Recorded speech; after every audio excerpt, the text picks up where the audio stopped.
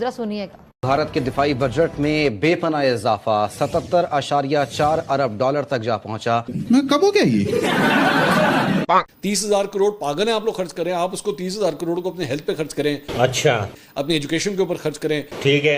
अब आपके लोग जो है, मैं टॉयलेट वाली साइड की तरफ मैं जाना नहीं चाहता हूँ बेचारे। अब आप लोगों का सबसे बड़ा मसला यह है कि आप लोगों में तो टॉयलेट्स भी नहीं है। अबे साले, हमारे बगल में इतना बड़ा टॉयलेट है, पाकिस्तान इतना बड़ा खाली मैदान हमारे लिए है, तो हमें टॉयलेट की क्या जरूरत है भाई। तोबा तोबा। अब ये जो जहाज जो हम खरीदना चाह रहे हैं वो ये है J-35 है। ये एक एक जहाज, एक एक कंपनी 80-90 मिलियन डॉलर का एक एक ये जहाज है। My God. अब हम 40 जहाज खरीद रहे हैं। हाय।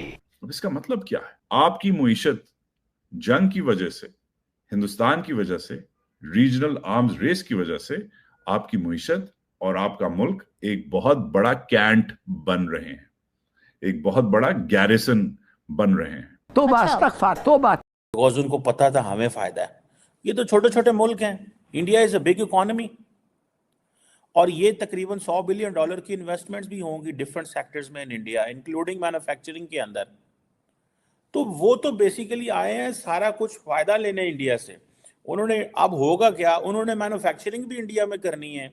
जब यहाँ से चीज़ें एक्सपोर्ट होंगी स्विट्जरलैंड, नॉर्वे, आइसलैंड, तो जब फ्री ट्रेड एग्रीमेंट हुए होंगे तो उनको मैन्युफैक्चरिंग यहाँ पे होगी और उसी रेट पे वो वहाँ बेच रहे होंगे, क्योंकि यहाँ पे सस्ती मैन्युफैक्चर होगी इंडिया के अंदर। समझ रहे हैं आप बात को? देखें, that's how the world is working on this. पहले उन्होंने कहा फ्री ट्रेड एग्रीमेंट करो, फिर उन्होंने कहा आप अपने मैन्युफैक्चरिंग यहाँ पे करो डिफरेंट सेक्टर्स के अंदर, और सेक्टर्स जो हैं वो डाइवर्स सेक्टर्स हैं, किसी एक सेक्टर के अंदर वो नहीं जो है वो हो रही। ठीक है जी, डिफरेंट सेक्टर्स के अंदर मैन्युफैक्चरिंग करो एंड देन वापस जाके अपने मुल्क के अंदर वो चीज़ें बेचो और दुनिया के अंदर बेचो। वो जो चाइना से भाग रही है दुनिया, वो इसलिए भाग रही है। अब जो है, जिस इंडिया ने ये जो ट्रेड डील्स हैं Australia, United Arab Emirates, GCC, इन मुल्कों के साथ वो कर रहा है ये चीज़ें। सो फार्मास्यूटिकल्स में, मशीनरी में, मैन्युफैक्चरिंग के अंदर, बहुत सारी चीज़ों के अंदर भाई ये 15-16 साल की डिस्कशन हुई है। It's a big thing.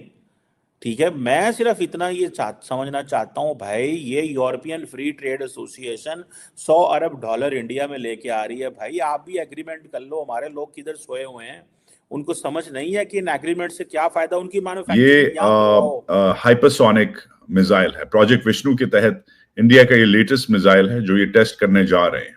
ये मैक 8 की स्पीड पे ये चलता है। ये मिसाइल जो अब ये टेस्ट करने के लिए तैयार हैं, 1,500 किलोमीटर इसकी रेंज है। ये ETLDHCM इसका नाम है, इसका वर्किंग टाइटल है। ये न्यूक्लियर केपेबल भी है और ये कन्वेंशनल केपेबल भी है।